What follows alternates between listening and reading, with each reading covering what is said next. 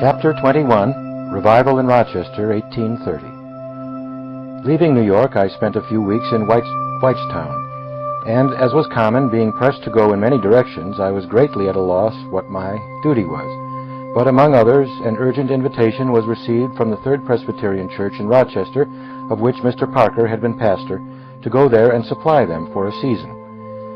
I inquired into the circumstances and found that on several accounts it was a very unpromising field of labor. There were but 3 Presbyterian churches in Rochester.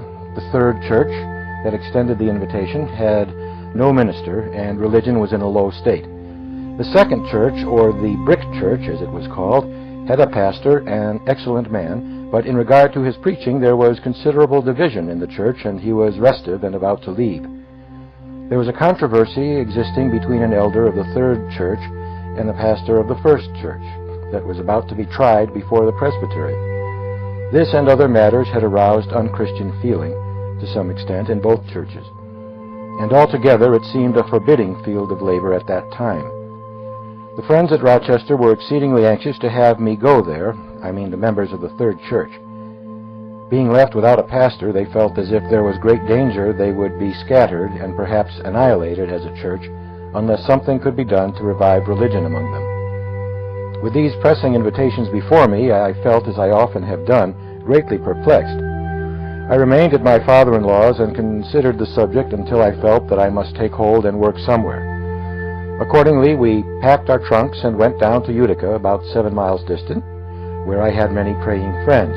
We arrived there in the afternoon, and in the evening quite a number of the leading brethren, in whose prayers and wisdom I had a great deal of confidence, at my request met for consultation and prayer in regard to my next field of labor. I laid all the facts before them in regard to Rochester, and so far as I was acquainted with them, the leading facts in respect to the other fields to which I was invited at that time. Rochester seemed to be the least inviting of them all. After talking the matter all over and having several seasons of prayer, interspersed with conversation, the brethren gave their opinions one after another in relation to what they thought it wise for me to do. They were unanimous in the opinion that Rochester was too uninviting a field of labor to be put at all in competition with New York or Philadelphia and some other fields to which I was then invited. They were firm in the conviction that I should go east from Utica, not west. At the time, this was my own impression and conviction, and I retired from this meeting, as I supposed, settled not to go to Rochester, but to New York or Philadelphia. This was before railroads existed, and when we parted that evening, I expected to take the canal boat, which was the most convenient way for a family to travel, and start in the morning for New York. But after I retired to my lodging, the question was presented to my mind under a different aspect. Something seemed to question me, what are the reasons that deter you from going to Rochester? I could readily enumerate them, but then the question returned. But are these good reasons? Certainly you are needed at Rochester all the more because of these difficulties. Do you shun the field because there are so many things that need to be corrected, because there are so much that is wrong? But if all was right, you would not be needed. I soon came to the conclusion that we were all wrong, and that the reasons that had determined us against my going to Rochester were the most cogent reasons for my going. I felt ashamed to shrink from the undertaking because of its difficulties, and it was strongly impressed upon me that the Lord would be with me and that that was my field.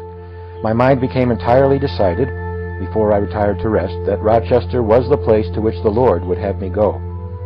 I informed my wife of my decision, and accordingly, early in the morning, before the people were generally moving in the city, the packet boat came along, and we embarked and went westward instead of eastward. The brethren in Utica were greatly surprised when they learned of this change in our destination, and awaited the result with a good deal of solicitude. We arrived in Rochester early in the morning, and were invited to take up our lodgings for the time with Mr. Josiah Bissell, who was the leading elder in the third church, and who was the person that had complained to the presbytery respecting Dr. Penny. On my arrival, I met my cousin, Mr. S., in the street, who invited me to his house. He was an elder of the first church, and hearing that I was expected at Rochester, was very anxious to have his pastor, Dr. Penny, meet and converse with me, and be prepared to cooperate with me in my labors. I declined his kind invitation, informing him that I was to be the guest of Mr. Bissell. But he called on me again after breakfast and informed me that he had arranged an interview between myself and Dr. Penny at his house. I hastened to meet the doctor, and we had a cheering Christian interview. When I commenced my labors, Dr. Penny attended our meetings and soon invited me to his pulpit. Mr. S. exerted himself to bring about a good understanding between the pastors and churches, and a great change soon manifested itself in the attitude and spiritual state of the churches. There were very soon some very marked conversions. The wife of a prominent lawyer in that city was one of the first converts. She was a woman of high standing, a lady of culture and extensive influence. Her conversion was a very marked one. The first that I saw her, a friend of hers came with her to my room and introduced her. The lady who introduced her was a Christian woman who had found that she was very much exercised in her mind and persuaded her to come and see me. Mrs. M. had been a gay, worldly woman and very fond of society. She afterward told me that when I first came there she greatly regretted it and feared there would be a revival, and a revival would greatly interfere with the pleasures and amusements that she had promised herself that winter. On conversing with her, I found that the Spirit of the Lord was indeed dealing with her in an unsparing manner. She was bowed down with great conviction of sin. After considerable conversation with her, I pressed her earnestly to renounce sin and the world and self and everything for Christ. I saw that she was a very proud woman, and this struck me as rather the most marked feature of her character. At the conclusion of our conversation, we knelt down to pray, and my mind being full of the subject of the pride of her heart, as it was manifested, I very soon introduced the text, "Except ye be converted and become as little children, ye shall in no wise enter into the kingdom of heaven." I turned this subject over in prayer, and almost immediately I heard Mrs. M., as she was kneeling by my side, repeating that text, "Except ye be converted and become as little children, except ye be converted and become as little children." I observed that her mind was taken with that, and the Spirit of God was pressing it upon her heart. I therefore continued to pray, holding that subject before her mind and holding her up before God as needing that very thing, to be converted, to become as a little child. I felt that the Lord was answering prayer. I felt sure that He was doing the very work that I asked Him to do. Her heart broke down, her sensibility gushed forth, and before we rose from our knees, she was indeed a little child. When I stopped praying and opened my eyes and looked at her, her face was turned upward toward heaven, and the tears streaming down, and she was in the attitude of praying that she might be made a little child. She rose up, became peaceful, settled into a joyous faith, and retired. From that moment she was outspoken in her religious convictions and zealous for the conversion of her friends. Her conversion, of course, produced much excitement among that class of people to which she belonged.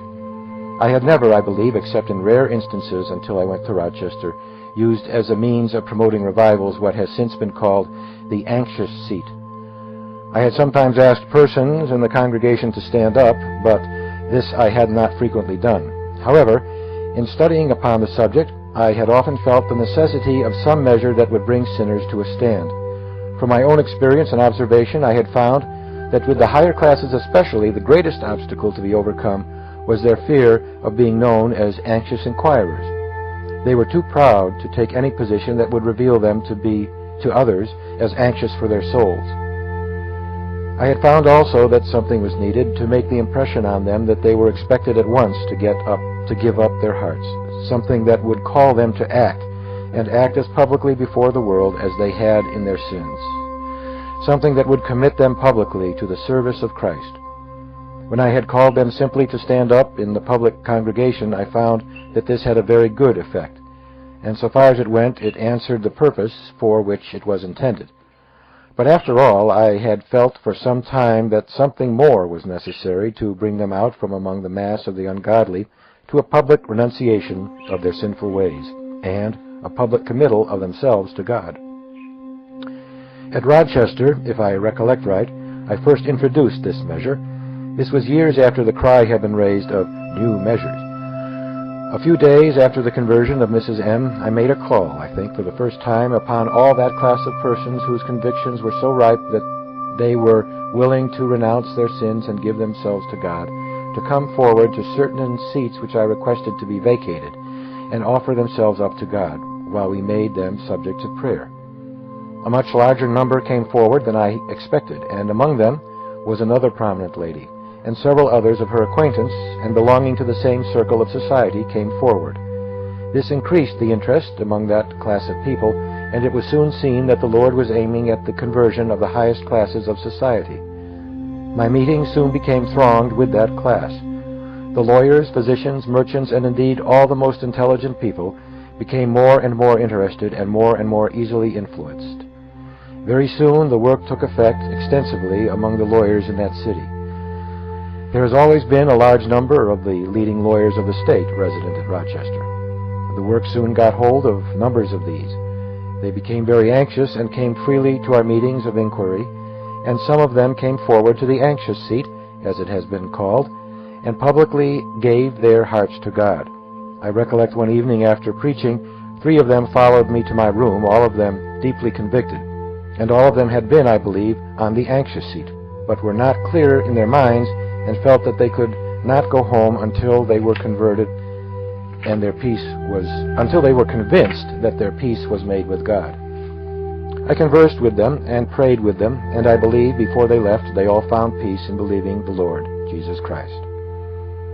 I should have said that very soon after the work commenced, the difficulties between Mr. Bissell and Dr. Penny were healed, and all the distractions and collisions that had existed there were adjusted so that a spirit of universal kindness and fellowship pervaded all the churches. On one occasion I had an appointment in the first church. There had been a military parade in the city that day. The militia had been called out, and I had feared that the excitement of the parade might divert the attention of the people and mar the work of the Lord. The house was filled in every part. Dr. Penny had introduced the services and was engaged in the first prayer when I heard something which I supposed to be the report of a gun and the jingling of glass as if a window had been broken. My thought was that some careless person from the military parade on the outside had fired so near the window as to break a pane of glass. But before I had time to think again, Dr. Penny leaped from the pulpit almost over me, for I was kneeling by the sofa behind him. The pulpit was in the front of the church between the 2 doors. The rear wall of the church stood upon the brink of the canal. The congregation in a moment fell into a perfect panic and rushed for the doors and the windows as if they were all distracted. One elderly woman held up a window in the rear of the church where several, as I was informed, leaped out into the canal. The rush was terrific. Some jumped over the galleries into the aisles below. They ran over each other in the aisles. I stood up in the pulpit and, not knowing what had happened, put up my hands and cried at the top of my voice, "Be quiet! Be quiet!" Directly, a couple of women rushing up into the pulpit, one on the one side and the other on the other side, caught hold of me in a state of distraction. Dr. Penny ran out into the streets, and they were getting out in every direction as fast as possible. I did not know that there was any danger. The scene looked so ludicrous to me that I could scarcely refrain from laughing. They rushed over each other in the aisles, so that in several instances I observed men that had been crushed down rising up and throwing off others that had rushed upon them. All at length got out. Several were considerably hurt, but no one killed. But the house was strewn with all sorts of women's apparel. Bonnets, shawls, gloves, handkerchiefs, and parts of dresses were scattered in every direction. The men had very generally gone out without their hats, I believe, and many persons had been seriously bruised in the awful rush. I afterwards learned that the walls of the church had been settling for some time, the ground being very damp from its proximity to the canal. It had been spoken of in the congregation as not a satisfactory state, and some were afraid that either the tower would fall, or the roof, or the walls of the building would come down. Of this I had heard nothing myself. The original alarm was created by a timber from the roof falling end downwards and breaking through the ceiling above the lamp in front of the organ. On examining the house, it was found that the walls had spread in such a manner that there was indeed danger of the roof falling in. The pressure that night in the gallery was so great as to spread the walls on each side until there was real danger. At the time this occurred, I greatly feared, as I suppose others did, that the public attention would be diverted and the work greatly hindered. But the Spirit of the Lord had taken hold of the work in earnest, and nothing seemed to stay it. The brick church was thrown open to us, and from that time our meetings alternated between the second and third churches, the people of the first church and congregation attending as far as they could get into the house. The 3 churches, and indeed Christians of every denomination generally, seemed to make common cause and went to work with a will to pull sinners out of the fire. We were obliged to hold meetings almost continually. I preached nearly every night and 3 times on the Sabbath. We held our meetings of inquiry after the work took on such a powerful type very frequently in the morning. One morning, I recollect, we had been holding a meeting of inquiry, and a gentleman was present and was converted there, who was the son-in-law of a very praying, godly woman belonging to the Third Church. She had been very anxious about him, and had been spending much time in prayer for him. When he returned from the meeting of inquiry, he was full of joy and peace and hope. She had been spending the time in earnest prayer that God would convert him at that meeting. As soon as she met him, and he declared his conversion to her, and from his countenance she saw that it really was so, it overcame her, and she swooned away and fell dead. There was at that time a high school in Rochester, presided over by a Mr. B., the son of A. B., then pastor of the church in Brighton near Rochester. Mr. B. was a skeptic, but was at the head of a very large and flourishing school. As the school was made up of both sexes, Miss A. was his assistant and associate in the school at that time. Miss A. was a Christian woman. The students attended the religious services, and many of them soon became deeply anxious about their souls. One morning, Mr. B. found that his classes could not recite.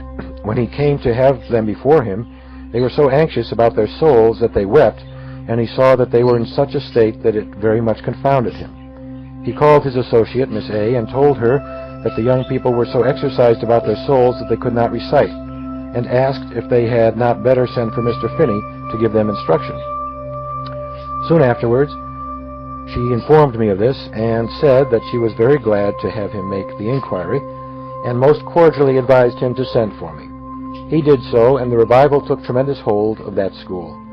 Mr. B. himself was soon hopefully converted, and nearly every person in the school.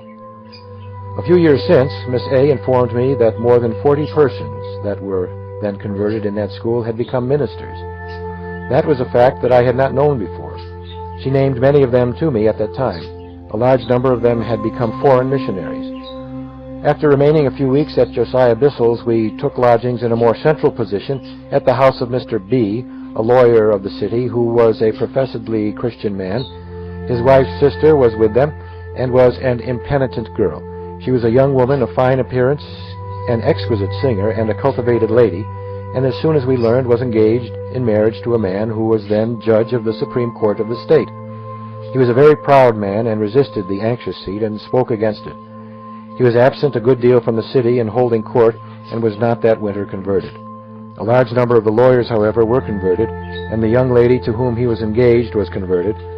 I mention this because the judge afterwards married her, which no doubt led to his own conversion in a revival which occurred some 10 years later, the leading particulars of which I shall mention in another part of my narrative. This revival made a great change in the moral state and subsequent history of Rochester. The great majority of the leading men and women in the city were converted. A great number of very striking incidents occurred that I shall not soon forget. One day, the lady who first visited me, and whose conversion I have mentioned, called on me in company with a friend of hers with whom she wished me to converse. I did so, but found her to all appearance very much hardened, and rather disposed to trifle with the subject. Her husband was a merchant, and they were persons of high standing in the community. When I pressed her to attend to the subject, she said she would not do it because her husband would not attend to it, and she was not going to leave him. I asked her if she was willing to be lost because her husband would not attend to it, and if it was not folly to neglect her soul because he did his. She replied very promptly, "If he goes to hell, I want to go. I want to go where he does. I do not want to be separated from him at any rate." It seemed that I could make very little, if any, impression upon her. But from night to night I had been making appeals to the congregation and calling forward those that were prepared to give their hearts to God, and large numbers were converted every evening. As I learned afterwards, when this woman went home, her husband said to her, "My dear, I mean to go forward tonight and give my heart to God." "What?" she said. "I have today told Mr. Finney that I would not become a Christian or have anything to do with it, that you did not become a Christian, and I would not, and that if you went to hell, I should go with you." "Well," said he, "I do not mean to go to hell. I have made up my mind to go forward tonight and give my heart to Christ." "Well," said she, "then I will not go to meeting. I do not want to see it. And if you have a mind, after all, to become a Christian, you may. I won't." When the time came, he went to meeting alone. The pulpit was between the doors in the front of the church. The house was a good deal crowded, but he finally got a seat near one of the aisles in quite the back part of the church. At the close of the meeting, as I had done at other times, I called for those that were anxious and whose minds were made up to come forward and take certain seats and occupy a certain space about the pulpit, where we could commend them in prayer to God. It afterward appeared that the wife herself had come to the meeting, had passed up the other aisle, and taken a seat almost opposite him in the extreme part of the house. When I made the call, he started immediately. She was watching, and as soon as she saw him on his feet and making his way along the crowded aisle, she also started down the other aisle, and they met in front of the pulpit and knelt down together as subjects of prayer. A large number obtained hope on the spot, but this husband and wife did not. They went home too proud to say much to each other about what they had done, and spent a very restless night. The next day, about 10 o'clock, he called to see me and was shown into my room. My wife occupied a front room on the second floor, and I a room in the rear on the same floor. While I was conversing with him, the servant informed me that a lady was waiting in Mrs. Finney's room to see me. I excused myself for a few moments and requested him to wait while I went in to see her. I found that it was the woman who but the day before had been so stubborn, and the wife of the man who was then in my room. Neither of them knew that the other had called to see me. I conversed with her and found that she was on the very verge of submitting to Christ. I had learned that he was also to all appearance in the same state. I then returned to him and said, "I am going to pray with a lady in Mrs. Finney's room, and we will go in there, if you please, and all join in prayer together." He followed me and found his own wife. They looked at each other with surprise, but were both greatly affected, each to find the other there. We knelt down to pray.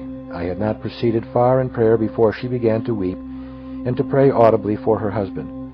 I stopped and listened, and found that she had lost all concern for herself, and was struggling in an agony of prayer for his conversion. His heart seemed to break and give away, and just at this time the bell rang for our dinner. I thought it would be well to leave them together alone. I therefore touched my wife, and we rose silently and went down to dinner, leaving them in prayer. We took a hasty dinner and returned, and found them as mellow and as humble and as loving as could be desired. I have not said much as yet of the spirit of prayer that prevailed in this revival, which I must not omit to mention. When I was on my way to Rochester, as we passed through a village some 30 miles east of Rochester, a brother minister whom I knew, seeing me on the canal boat, jumped aboard to have a little conversation with me, intending to ride but a little way and return. He, however, became interested in conversation, and upon finding where I was going, he made up his mind to keep on and go with me to Rochester. We had been there but a few days when this minister became so convicted that he could not help weeping aloud at one time as he passed along the street. The Lord gave him a powerful spirit of prayer, and his heart was broken. As he and I prayed much together, I was struck with his faith in regard to what the Lord was going to do there. I recollected he would say, "Lord, I do not know how it is, but I seem to know that thou art going to do a great work in this city."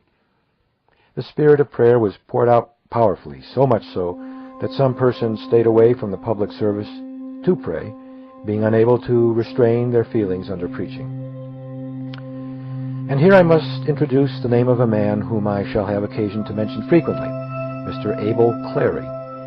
He was the son of a very excellent man and an elder of the church where I was converted.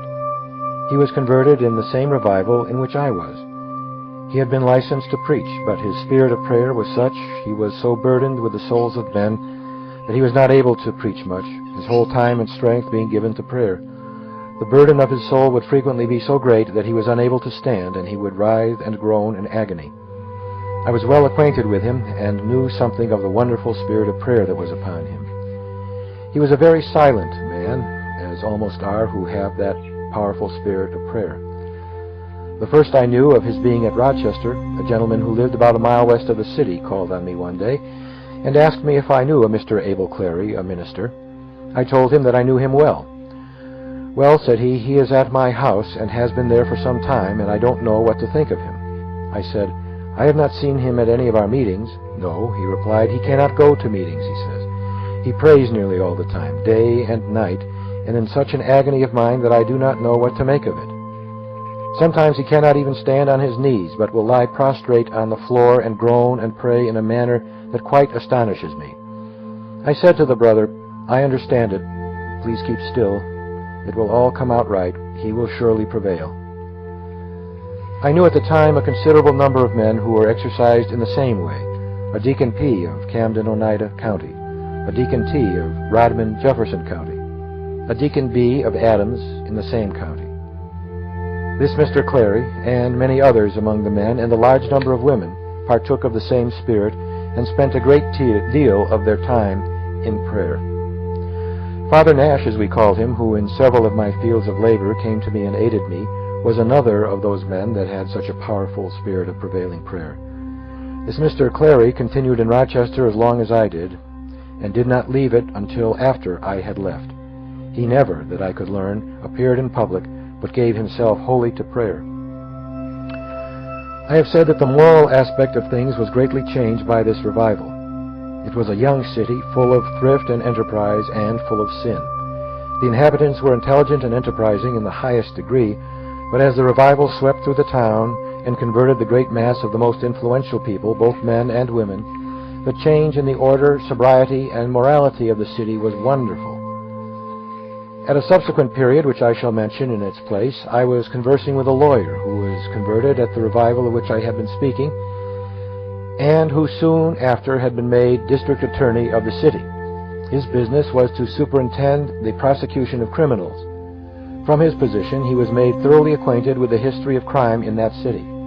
In speaking of the revival in which he was converted, he said to me many years afterward, "I have been examining the records of the criminal courts, and I find this striking fact, that whereas our city has increased since that revival threefold, there are not 1/3 as many prosecutions for crime as there had been up to that time.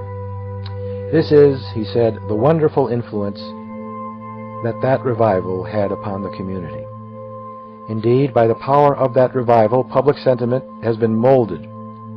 The public affairs of the city have been, in a great measure, in the hands of Christian men, and the controlling influences in the community have been on the side of Christ."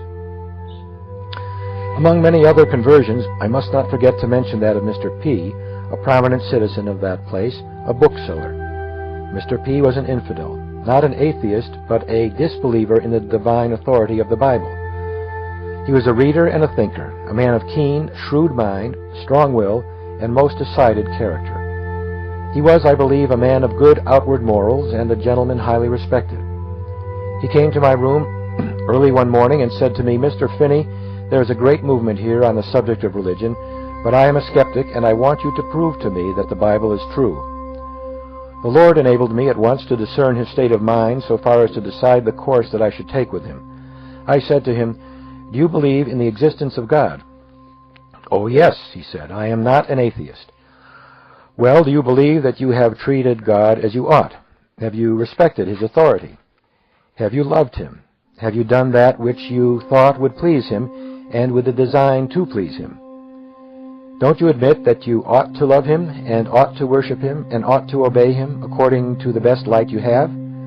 "Oh, yes," he said, "I admit all this." "But have you done so?" I asked. "Why, no," he answered, "I cannot say that I have."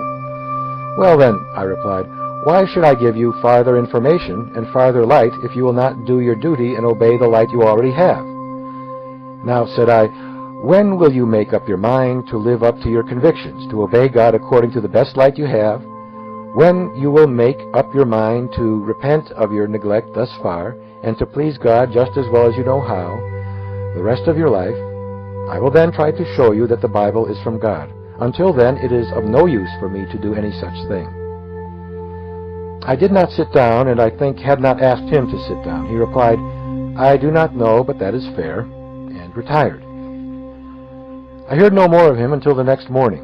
Soon after I arose, he came to my room again, and as soon as he entered, he clapped his hands and said, "Mr. Finney, God has wrought a miracle. I went down to the store," he continued, "after I left your room, thinking of what you had said, and I made up my mind that I would repent of what I knew was wrong in my relations to God, and that hereafter I would live according to the best light I had. And when I made up my mind to do this, he said, my feelings so overcame me that I fell, and I do not know but I should have died if it had not been for Mr. Blank, who was with me in the store. From this time he has been, as all who know him are aware, a praying, earnest Christian man. For many years he has been one of the trustees of Oberlin College, has stood by us through all our trials, and has aided us with his means and his whole influence. During this great revival, persons wrote letters from Rochester to their friends abroad, giving an account of the work, which were read in different churches throughout several states, and were instrumental in producing great revivals of religion. Many persons came in from abroad to witness the great work of God and were converted. I recollect that a physician was so attracted by what he heard of the work that he came from Newark, New Jersey to Rochester to see what the Lord was doing, and was himself converted there. He was a man of talents and high culture, and has been for years an ardent Christian laborer for immortal souls. One evening, I recollect, when I made a call for the anxious to come forward and submit, a man of influence in a neighboring town came forward himself and several members of his family and gave themselves to God. Indeed, the work spread like waves in every direction. I preached in as many places round about as I had time and strength to do, while my main labors were in Rochester. I went to the Canandaigua and preached several times. There the work took effect, and many were converted. The pastor, Reverend Ansel Eddy, entered heartily into the work. A former pastor, an elderly man, an Englishman by birth, also did what he could to forward the work. Wherever I went, the Word of God took immediate effect, and it seemed only necessary to present the law of God and the claims of Christ in such relations and proportions as were calculated to secure the conversion of men, and they would be converted by scores. The greatness of the work at Rochester at that time attracted so much of the attention of ministers and Christians throughout the state of New York, throughout New England, and in many parts of the United States, that the very fame of it was an efficient instrument in the hands of the Spirit of God in promoting the greatest revival of religion throughout the land that this country had then ever witnessed. Years after this, in conversing with Dr. Beecher about this powerful revival and its results, he remarked, "That was the greatest work of God and the greatest revival of religion that the world has ever seen in so short a time. 100,000, he remarked, were reported as having connected themselves with churches and the results of that great revival. This, he said, is unparalleled in the history of the church and of the progress of religion." He spoke of this having been done in 1 year, and said that in no year during the Christian era had we any account of so great a revival of religion. From the time of the New Lebanon Convention, of which I have spoken, open and public opposition to the revivals of religion was less and less manifested, and especially did I meet with much less personal opposition than I had met before. It gradually but greatly subsided. At Rochester I felt nothing of it. Indeed, the waters of salvation had risen so high, revivals had become so powerful and extensive, and people had had time to become acquainted with them and their results in such measure that men were afraid to oppose them as they had done. Ministers had come to understand them better, and the most ungodly sinners had been convinced that they were indeed the work of God. So manifestly were the great mass of the conversions sound, the converts really regenerated and made new creatures, so thoroughly were individuals and whole communities reformed, and so permanent and unquestionable were the results, that the conviction became nearly universal that they were the work of God.